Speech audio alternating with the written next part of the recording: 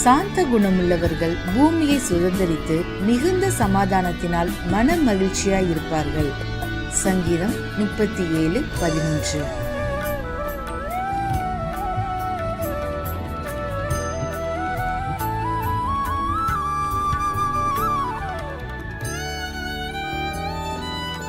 But the meek shall inherit the earth, and shall delight themselves in the abundance of peace. Psalms 37:11.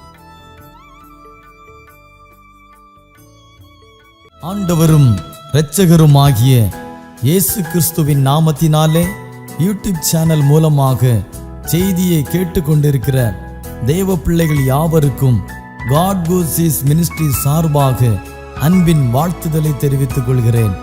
இந்த 6வது மாதமாகிய June மாதத்திலே கர்த்தருடைய கிருபையும் இரக்கமும் சமாதானமும் உங்களோடும் உங்கள் குடும்பங்களோடும் தங்கியிருப்பதாக. தேவனுடைய சமாதானம் உங்களுடைய இல்லங்களிலே உங்களுடைய தனிப்பட்ட வாழ்க்கையிலே காணப்பட வேண்டும் என்று வாழ்த்தி ஆசீர்வதிக்கிறேன். உங்களுக்காகவும் உங்கள் குடும்பங்களுக்காகவும் தினந்தோறும் ஜெபித்து வருகிறோம். தேவனாகிய கர்த்தர் இந்த மாதத்திலே நம் கண்ணீருக்கெல்லாம் ஒரு பதிலை தர உண்மையுள்ளவராயிருக்கிறார் என்பதை நான் விசுவாசிக்கிறேன். நீங்களும் அதை விசுவாசித்து தேவனுடைய நாமத்தை மகிமைப்படுத்தி உங்களை ஒப்பு கொடுங்கள். கர்த்தருடைய வார்த்தையை விசுவாசிக்கிறவர்களுக்கு தேவனுடைய வார்த்தையினால் உண்டான சமாதானமும் மகிமையும் இரக்கமும் நிச்சயம் கிடைக்கும் என்பதில் சந்தேகமில்லை. இந்த மாதத்தில் கர்த்தருடைய வார்த்தை உங்கள் வாழ்க்கையில் கிரியை செய்யும்படியாக நீங்கள் உங்களை தேவனுக்கு முன்பாக ஒப்புக்கொடுங்கள். தேவனாகிய கர்த்தர் உங்களையும் உங்கள் குடும்பங்களையும் ஆசீர்வதிப்பாராக.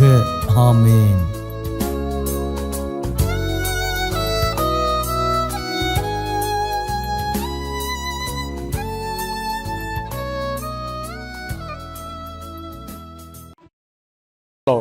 ഗോഡ് ഹൂസീസ് മിനിസ്ട്രിയുടെ പ്രവർത്തനങ്ങൾക്ക് നേതൃത്വം നൽകുന്ന ഡോക്ടർ തോമസ് ചെലയൻ അവർകൾക്കും യൂട്യൂബിലൂടെ ദൈവവചന പ്രഭാഷണം ശ്രവിക്കുന്ന എല്ലാ പ്രിയപ്പെട്ടവർക്കും ഗോഡ് ഹൂസീസ് മിനിസ്ട്രിയുടെ ടീമിൽ പ്രവർത്തിക്കുന്ന സഹപ്രവർത്തകർക്കും ധന്യനായ യേശുക്രിസ്തുവിന്റെ നിസ്തുല്യ നാമത്തിൽ പ്രഭാതവന്ദനം.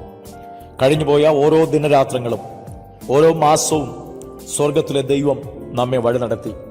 നാം സ്നേഹിക്കുന്നവരും നമ്മെ സ്നേഹിക്കുന്നവരുമായ അനേകർ ഈ ഭൂമിയിൽ നിന്ന് അവരുടെ ജീവിതം പൂർത്തിയാക്കി പ്രതിഫലം വാങ്ങുന്നതിന് വേണ്ടി കരേറിപ്പോയി. എന്നാൽ ഈ ഭൂമിയിൽ ദൈവം ജീവനുള്ളവരുടെ ദേശത്ത് നമ്മെ വീണ്ടും ആരോഗ്യത്തോടെ ആയുസ്സോടെ സൂക്ഷിക്കുന്ന ദൈവത്തിന്റെ വിശ്വസ്തതകൾക്കായി ദൈവത്തിന് സ്തോത്രം ചെയ്യുന്നു. ഈ പ്രഭാതത്തിൽ നിങ്ങളുമായി ഒരു സന്ദേശം പങ്കുവെക്കുവാൻ കർത്താവിൽ ശരണപ്പെടുന്നു. 84-ാം സങ്കീർത്തനം അതിന്റെ 4-ാമത്തെ വേദഭാഗം. നിന്റെ ആലയത്തിൽ വസിക്കുന്നവർ ഭാഗ്യവാന്മാർ, അവർ നിത്യം നിന്നെ സ്തുതിച്ചുകൊണ്ടിരിക്കും. 84-ാം സങ്കീർത്തനം അതിന്റെ 10-ാമത്തെ വേദഭാഗത്തിൽ ഇപ്രകാരം രേഖപ്പെടുത്തിയിരിക്കുന്നു: നിന്റെ ആലയത്തിൽ വാതിൽ കാവൽക്കാരനായിരിക്കുന്നത് എനിക്ക് ഏറെ ഇഷ്ടം. ഈ പ്രഭാതത്തിൽ ഭക്തൻ നമ്മെ ഓർമ്മിപ്പിച്ചുണർത്തുന്നത് പഴയ നിയമ ഭക്തന്മാരെല്ലാം തന്നെ അവർ ദൈവാലയവുമായി വളരെ അഭേദ്യമായ ബന്ധമുള്ളവരായിരുന്നു. അവർ ദൈവിക ശുശ്രൂഷകൾക്ക് പ്രാധാന്യത നൽകിയിട്ടുള്ളവരായിരുന്നു. അവരുടെ ജീവിതയാത്രയിൽ ദൈവം ഏൽപ്പിച്ച ഉത്തരവാദിത്വങ്ങൾ വിട്ടുവീഴ്ചയില്ലാതെ ചെയ്യാൻ അവർ ദൈവിക കൽപ്പനകൾക്ക് പ്രാധാന്യത കൊടുത്തിരുന്നു. അവർ ആരാധനയ്ക്ക് മുൻതൂക്കം കൊടുത്തു. എന്നാൽ ദൈവാലയത്തിന് അവർ പ്രാധാന്യത കൊടുക്കുന്നു.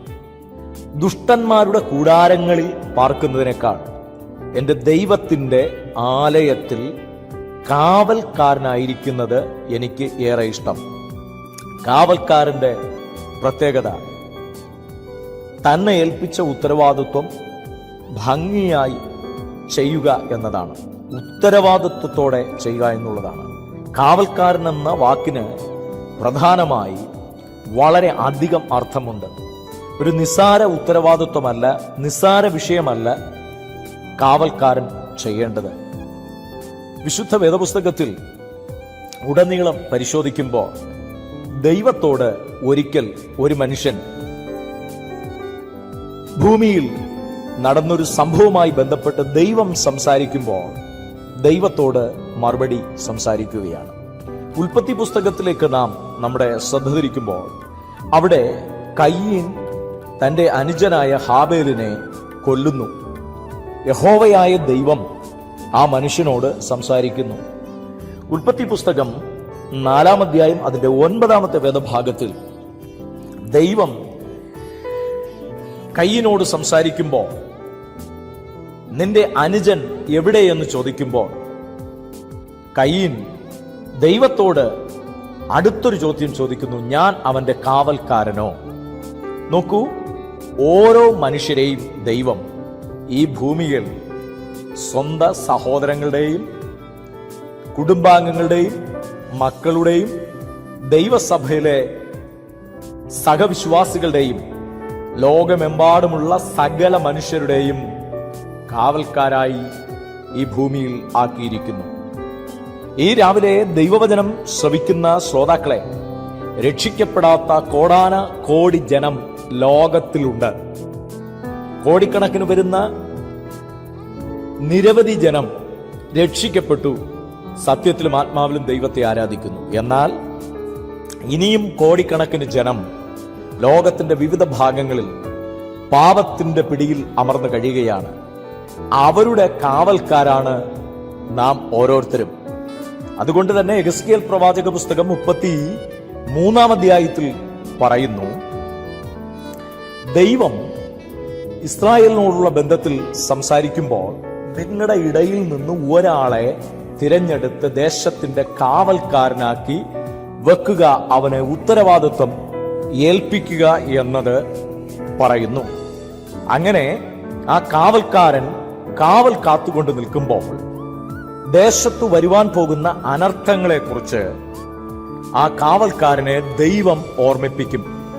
ദൈവത്തിന്റെ വചനം ആ മനുഷ്യനെ ദൈവം ഏൽപ്പിക്കും. എന്നുവെച്ച് കാകളം പോലെ നീട്ടി ഊതി ജനത്തെ, അവരെ അനർത്ഥത്തിൽ നിന്ന് അവർ രക്ഷപ്പെടേണ്ടതിന്, അവരുടെ പാപ വഴികളെ അവർ ഉപേക്ഷിക്കേണ്ടതിന് ഈ കാവൽക്കാരൻ നന്നായി ദൈവത്തിന്റെ അരുളപ്പാട്, ദൈവത്തിന്റെ ആലോചന, താൻ കണ്ട കാര്യങ്ങൾ അറിയിക്കേണ്ടതുണ്ട്. അങ്ങനെ അറിയിച്ച് ആ ജനം കേട്ട് അനുസരിച്ച് പാപ വഴി ഉപേക്ഷിച്ച് ദൈവത്തോടും ദൈവാലയത്തോടും ചേർന്ന് ആത്മീക അനുഭവങ്ങളിലേക്ക് അവർ മടങ്ങി വന്നാൽ ദൈവം അവർക്കും അവരുടെ കുടുംബാംഗങ്ങൾക്കും ആ ദേശത്തിനും വരുത്തുമെന്ന് പറഞ്ഞ അനർത്ഥം വഴിമാറ്റും. കാവൽക്കാരന്റെ ഒന്നാമത്തെ ഉത്തരവാദിത്വം ദേശത്ത് വരാൻ പോകുന്ന, കുടുംബങ്ങളിൽ വരാൻ പോകുന്ന അനർത്ഥത്തെക്കുറിച്ച് ജനത്തോട് ദൈവത്തിൽ നിന്ന് പ്രാപിച്ചിട്ട് ദൈവത്തിന്റെ അരുളപ്പാട്, ദൈവത്തിന്റെ ആലോചന അവരെ അറിയിക്കണം. എന്നാൽ അത് അറിയിച്ചിട്ടും ആ വ്യക്തികളോ ദേശമോ ദേശനിവാസികളോ ദൈവത്തിങ്കലേക്ക് മടങ്ങി വന്ന് പാപ വഴി ഉപേക്ഷിക്കാതിരുന്നാൽ, ആ വ്യക്തി പാപത്തിൽ മരിച്ചാൽ ദൈവം ആ മനുഷ്യനോട്, കാവൽക്കാരനോട് അവന്റെ രക്തം ചോദിക്കില്ല. ആരാണോ പാപത്തിൽ മരിച്ചുവോ അവന്റെ രക്തം അവന്റെ തലമേൽ ഇരിക്കും എന്നാണ് വിശുദ്ധ ബൈബിൾ ഓർപ്പിക്കുന്നത്. അങ്ങനെയെങ്കിൽ കാവൽക്കാരന്റെ മറ്റൊരു ഉത്തരവാദിത്വം, ഒന്ന്, അവൻ തൻ്റെ വ്യക്തിപരമായ ജീവിതത്തിന്റെ കാവൽക്കാരനാണ്. പാപം ചെയ്യാതെ, പിശാചിന്റെ പിടിയിൽ അമർന്നു പോകാതെ, ദൈവം വിളിച്ചേൽപ്പിച്ച ഉത്തരവാദിത്വത്തിൽ താൻ ബോധവാനായിരിക്കണം. താൻ ആരാണെന്നുള്ള ബോധ്യം എപ്പോഴും തന്നെ ഭരിക്കണം.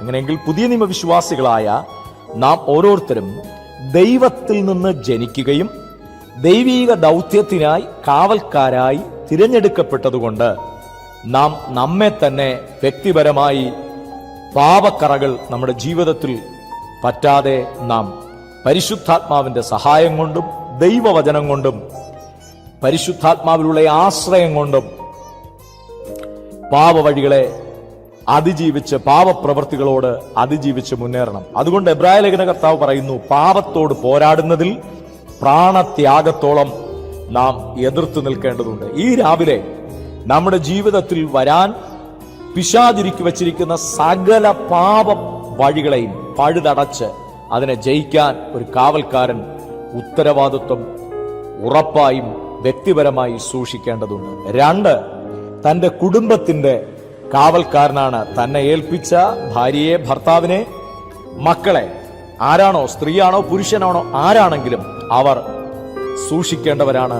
അവർ കാവൽ സംരക്ഷകരാണ്. അതുകൊണ്ട് 2ാമത്തെ ഉത്തരവാദിത്വം തൻ്റെ കുടുംബവുമായി ബന്ധപ്പെട്ട് നിൽക്കുന്നു. 3ാമത്തെ ഉത്തരവാദിത്വം അവരുടെ സഭയുമായി ബന്ധപ്പെട്ട് നിൽക്കുന്നു.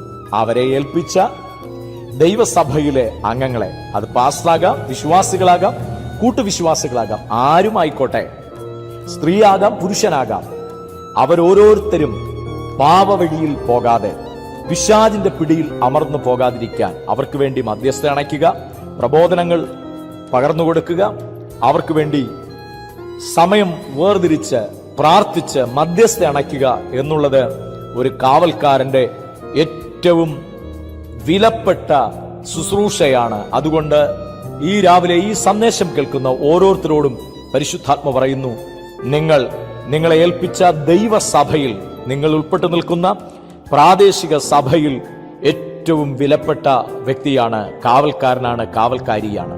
അതുകൊണ്ട് വളരെ ശ്രദ്ധയോടെ കാര്യങ്ങൾ ചെയ്യാൻ നാം തയ്യാറാകേണ്ടതുണ്ട്. ഭൂമിയിൽ ദൈവമേൽപ്പിച്ച ആ ഉത്തരവാദിത്വം നാം ചെയ്യുമ്പോൾ, ദൈവസഭയുമായി ബന്ധപ്പെട്ട് കാര്യങ്ങൾ ചെയ്യുമ്പോൾ, നമ്മുടെ പ്രാദേശിക ദേശത്ത് രക്ഷിക്കപ്പെടാത്ത ധാരാളം ജനങ്ങളുണ്ട്, നമ്മുടെ ബന്ധുജനങ്ങളുണ്ട്. അവരെ ന്യായവിധി, നിത്യ നരകമുണ്ടെന്നും നിത്യ സ്വർഗമുണ്ടെന്നും ആ നിത്യ നരകത്തിൽ പോകാതെ പിശാചിനും അവന്റെ കൂട്ടർക്കും ഒരുക്കിയിരിക്കുന്ന തീയും ഗന്ധവും കത്തുന്ന തീപ്പൊയ്കയിലേക്ക് പോകാതെ നിത്യയുഗം ദൈവത്തോടുകൂടെ കർത്താവായ യേശുക്രിസ്തുവിൽ വിശ്വസിച്ച് നിത്യജീവൻ പ്രാപിച്ച് ആത്മരക്ഷ പ്രാപിച്ച് നരകശിക്ഷയിൽ നിന്നുള്ള വിടുതൽ പ്രാപിച്ച് ആ നിത്യമായ വാസസ്ഥലത്തിലേക്ക്, സ്വർഗത്തിലേക്ക് എത്താൻ അവരെ ഒരുക്കേണ്ട ദൂത്, സുവിശേഷം പങ്കുവെക്കേണ്ട കർത്തവ്യം കാവൽക്കാരായ ഓരോരുത്തർക്കുമുണ്ട്. അത് സഭ പാസ്റ്ററാകാം, സഭയിലെ വിശ്വാസികളാകാം, സഭയിലെ സാധാ ജീവിതം നയിക്കുന്നവരായി തീരാം. എന്നാൽ അതുമായി ബന്ധപ്പെട്ട് ലോകത്തോടുള്ള ബന്ധത്തിൽ 4ാമത്തെ ഉത്തരവാദിത്വം പരിശുദ്ധാത്മാവ് രേഖപ്പെടുത്തുകയാണ്. അനന്തരം ദൈവത്തിന്റെ ആത്മാവ് അടുത്ത് കാവൽക്കാരനെ ഏൽപ്പിക്കുന്ന ഉത്തരവാദിത്വമാണ് തന്റെ ജീവിതവുമായി ബന്ധപ്പെട്ട് തന്റെ പ്രാണനെ, തന്റെ ജീവനെ വിലയേറിയതായി എണ്ണിക്കൂടാ. പുതിയ നിയമത്തിലേക്ക് വരുമ്പോൾ പരിശുദ്ധാത്മാവ് പറയുന്നു, അപ്പോസ്തല പ്രവൃത്തികളുടെ പുസ്തകം 20:28, നിങ്ങളെ തന്നെയും താൻ സ്വന്തം രക്തത്താൽ സമ്പാദിച്ച ദൈവസഭയെ മേയ്പാൻ പരിശുദ്ധാത്മാവ് നിങ്ങളെ അധ്യക്ഷരാക്കി വെച്ചു. അത് ശുശ്രൂഷാവൃന്ദത്തെ, കർത്താവ് ഏൽപ്പിച്ച ദൈവിക ശുശ്രൂഷകൾ ചെയ്യുന്നവരോടുള്ള ബന്ധത്തിൽ കാവൽക്കാരൻ ചെയ്യേണ്ട ഉത്തരവാദിത്വത്തെ കുറിച്ച് പറയുന്നു. ആട്ടിൻകൂട്ടത്തെ മുഴുവൻ സൂക്ഷിക്കണം, ശരിക്ക് സംരക്ഷിക്കുന്ന ഉത്തരവാദിത്വത്തെ കുറിച്ച് പരിശുദ്ധാത്മാവ് പറയുന്നു. മറുഭാഗത്ത് മറ്റൊരു പ്രധാനപ്പെട്ട ദൂത് കാവൽക്കാരന്റെ പ്രത്യേകതയാണ്, നിന്റെ ആലയത്തിൽ വസിക്കുന്നവർ ഭാഗ്യവാന്മാർ. അങ്ങനെ ഒരു ഭാഗ്യകരമായ അനുഭവത്തിലേക്ക് കർത്താവായ യേശുക്രിസ്തു എന്നെ കൊണ്ടുവന്നു എന്ന ഉറപ്പ് നമ്മെ ഭരിക്കണം. ആ വ്യക്തികൾ സ്തുതിയും സ്തോത്രവും ആരാധനയും ദൈവത്തിന് എല്ലാ സമയത്തും അർപ്പിച്ചിരിക്കണം. ആരാധനയ്ക്കും പ്രാർത്ഥനയ്ക്കും ശുശ്രൂഷകൾക്കും അതീവ പ്രാധാന്യത കൊടുത്ത് ജീവിതം നയിക്കണം കാവൽക്കാർ. അങ്ങനെയെങ്കിൽ കാവൽക്കാരോടുള്ള ബന്ധത്തിൽ പരിശുദ്ധാത്മാവ് ധാരാളം ദൂതുകൾ കൈകാര്യം ചെയ്യുന്നു. ആട്ടിടയന്മാർ കാവൽക്കാരാണ്. അവരെ ഏൽപ്പിച്ച ആടുകളെ അവർ സംരക്ഷിക്കുന്നവരാണ്. നാം ശ്രദ്ധിക്കുന്നല്ലോ, 100 ആടുള്ള ഒരു മനുഷ്യൻ അതിൽ 1 കാണാതെ പോയപ്പോൾ അതിനെ 99നെയും അവിടെ ഒരു സംരക്ഷണ പരിധിക്കുള്ളിൽ ആക്കിവെച്ച് ആ കാണാതെ പോയ 1 വേണ്ടി അവൻ കണ്ടു കിട്ടുന്നത് വരെ തിരയുന്ന അനുഭവം. അങ്ങനെയെങ്കിൽ നഷ്ടപ്പെട്ട ഓരോ മനുഷ്യനെയും ദൈവത്തിങ്കലേക്ക് വീണ്ടെടുക്കാനുള്ള ഉത്തരവാദിത്വം, സുവിശേഷീകരണ ദൗത്യത്തിന്റെ ഉത്തരവാദിത്വമാണ് അവിടെ പരിശുദ്ധാത്മാവ് രേഖപ്പെടുത്തുന്നത്. അങ്ങനെയെങ്കിൽ ഈ ദിവസങ്ങളിൽ കാവൽക്കാരെ ഇടയശ്രേഷ്ഠൻ പ്രത്യക്ഷനാകുമ്പോൾ വാടാത്ത നീതിയുടെ കിരീടം ലഭിക്കേണ്ടതിന് നാം അല്പത്തിൽ വിശ്വസ്തരായിരുന്നാൽ അധികത്തിൽ വിചാരകരാക്കാൻ പരിശുദ്ധാത്മാവാം ദൈവം നമ്മെ സഹായിക്കും. ഇന്ന് അഭിമുഖീകരിക്കുന്ന ധാരാളം പ്രതിസന്ധികൾ ഉണ്ടായിരിക്കാം. എന്നാൽ ഈ രാവിലെ ഈ ദൈവിക ദൂതിലൂടെ നിത്യം ദൈവത്തെ സ്തുതിക്കാനും ആരാധിക്കാനും പ്രാർത്ഥിക്കാനും തയ്യാറാകുന്നുവെങ്കിൽ കാവൽക്കാരെ, നമുക്ക് വലിയ ദൗത്യം ഈ ദിവസങ്ങളിൽ ദൈവസന്നിധിയിൽ ചെയ്തെടുത്ത് മുന്നോട്ട് പോകാനുണ്ട്. നിശ്ചയമായും പരിശുദ്ധാത്മാവ് നമ്മെ അതിനായി ബലപ്പെടുത്തുകയും ശക്തീകരിക്കുകയും തന്നെ ചെയ്യും. ആ ദൈവത്തിന്റെ വാഗ്ദത്തങ്ങളെ ഓർക്കാനും ആ ദൈവത്തിന്റെ കരുതലുകളെ കുറിച്ച് ചിന്തിക്കുവാനും പരിശുദ്ധാത്മാവ് ഓരോ നിമിഷവും നമ്മെ ശക്തീകരിച്ചുകൊണ്ടിരിക്കുകയാണ്. അങ്ങനെയെങ്കിൽ ഈ ദിവസങ്ങൾ നമുക്ക് ഇടയശ്രേഷ്ഠനായ ആ ദൈവത്തിൽ നിന്ന് അനുഗ്രഹങ്ങൾ പ്രാപിച്ചെടുക്കേണ്ടതിന് നമുക്ക് നമ്മെ ഏൽപ്പിച്ച ദൗത്യം ഏത് സ്ഥലത്താണെങ്കിലും ഏത് സാഹചര്യത്തിലാണെങ്കിലും സാമ്പത്തികമായ ഇല്ലായ്മകൾ ഉള്ള പരിമിതികളുള്ള കഷ്ടപ്പെടുന്ന ജീവിത പശ്ചാത്തലമാണെങ്കിലും കാവൽക്കാരന്റെ ഉത്തരവാദിത്വം ഭംഗിയായി നിർവഹിപ്പാൻ പരിശുദ്ധാത്മാവ് ഈ പ്രഭാതം തുടങ്ങി നമ്മെ പുത്തൻ ദർശനം തന്ന് പുത്തൻ കാഴ്ചപ്പാടോടെ പരിശുദ്ധാത്മാവ് നയിക്കട്ടെ. ഈ വരും ദിവസങ്ങളും ഇനിയുള്ള ഈ വർഷത്തിന്റെ ഇനിയുള്ള ചില ദിവസങ്ങളും പുതിയ വർഷം കർത്താവ് നമുക്ക് നൽകുന്നെങ്കിൽ ആയുസ്സും ആരോഗ്യവും തന്ന് അവിടെ നിന്ന് വഴി നടത്തുമ്പോൾ ആ ദൈവത്തിനു വേണ്ടി യേശുവിന് വേണ്ടി അധികം പ്രയോജനപ്പെടാൻ നല്ല കാവൽക്കാരായി ദൈവത്തിനു വേണ്ടി നിലകൊള്ളാൻ പരിശുദ്ധാത്മാവ് നമ്മെ ശക്തീകരിക്കട്ടെ. പ്രാർത്ഥിക്കാം. പരിശുദ്ധ പിതാവേ, ഈ പ്രഭാതത്തിൽ ദൈവവചന സന്ദേശം ഉൾക്കൊണ്ട സകലരെയും അടിയൻ അനുഗ്രഹിച്ച് പ്രാർത്ഥിക്കുകയാണ്. ഗോഡ് ഹൂസിസ് മിനിസ്ട്രിയുടെ പ്രവർത്തനങ്ങൾക്കായി ഡോക്ടർ തോമസ് ചെല്ലൻ അവർക്കായി പ്രാർത്ഥിക്കുകയാണ്. ഞങ്ങളുടെ ഈ സന്ദേശം കേട്ട എല്ലാവരെയും അടിയൻ ഈ സമയം അനുഗ്രഹിച്ച് പ്രാർത്ഥിക്കുകയാണ്. സ്വർഗത്തിലെ സകല ആത്മിക അനുഗ്രഹങ്ങളാലും ഭൗതിക നന്മകളാലും അവിടെ ഞങ്ങളെ അനുഗ്രഹിച്ച് വഴി നടത്തും. യേശുവിൻ നാമത്തിൽ തന്നെ ആമേൻ. എല്ലാവരെയും ധന്യമായി കർത്താവ് അനുഗ്രഹിക്കട്ടെ. ആമേൻ. God bless U.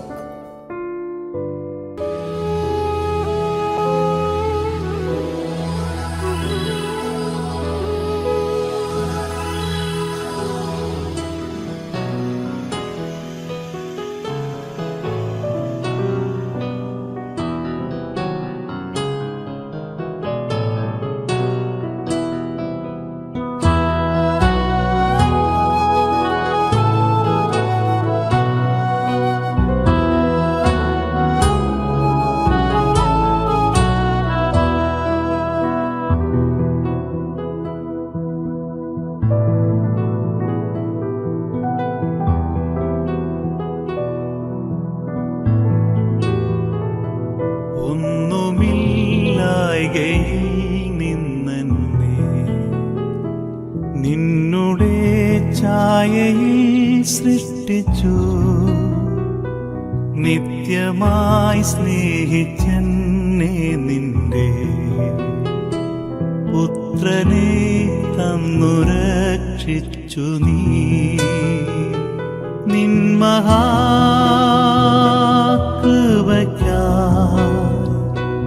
നിന്നെ ഞാൻ സ്തുതിച്ചിടുമെന്നും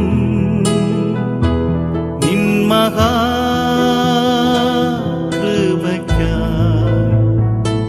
നിന്നെ ഞാൻ സ്തുതിച്ചിടുമെന്നും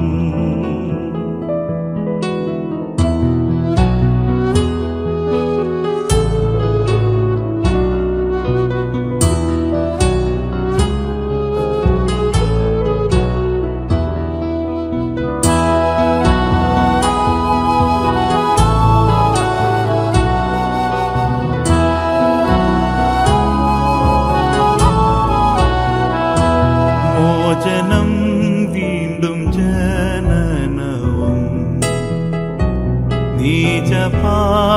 നീചപാപിയന്മേൽ വസിപ്പാ നിന്നാത്മാവിന്റെ ദാനവും നീ തന്നു സ്വർഗാനുഗ്രഹങ്ങളും നിൻ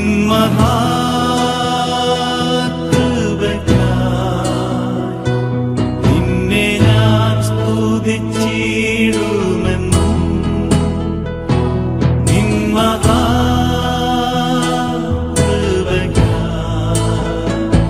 നിന്നെ ഞാൻ സ്തുതിച്ചിടുമെന്നും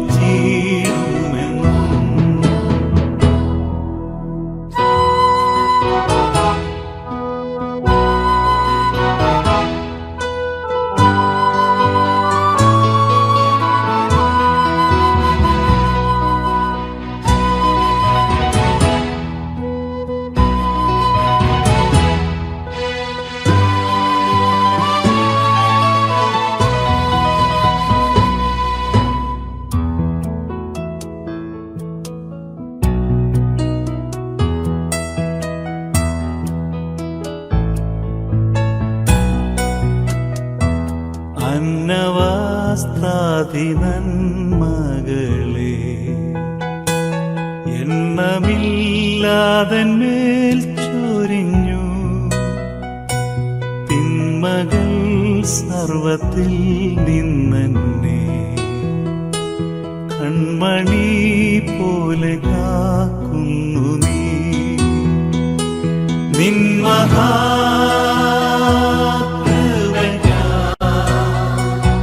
നിന്നെ ഞാൻ സ്തുതിച്ചിടുമെന്നും. നിൻ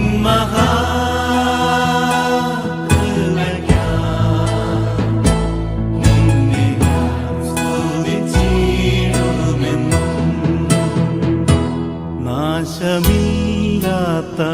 നാശമില്ലാത്തവകാശവും യേശുവിൻ ഭാഗ്യസന്നിധിയും നീതിയിൻ വാടമൂടിയതും തന്മക്കൾക്കു സ്വർഗ്ഗേ ലഭിക്കും. നിൻ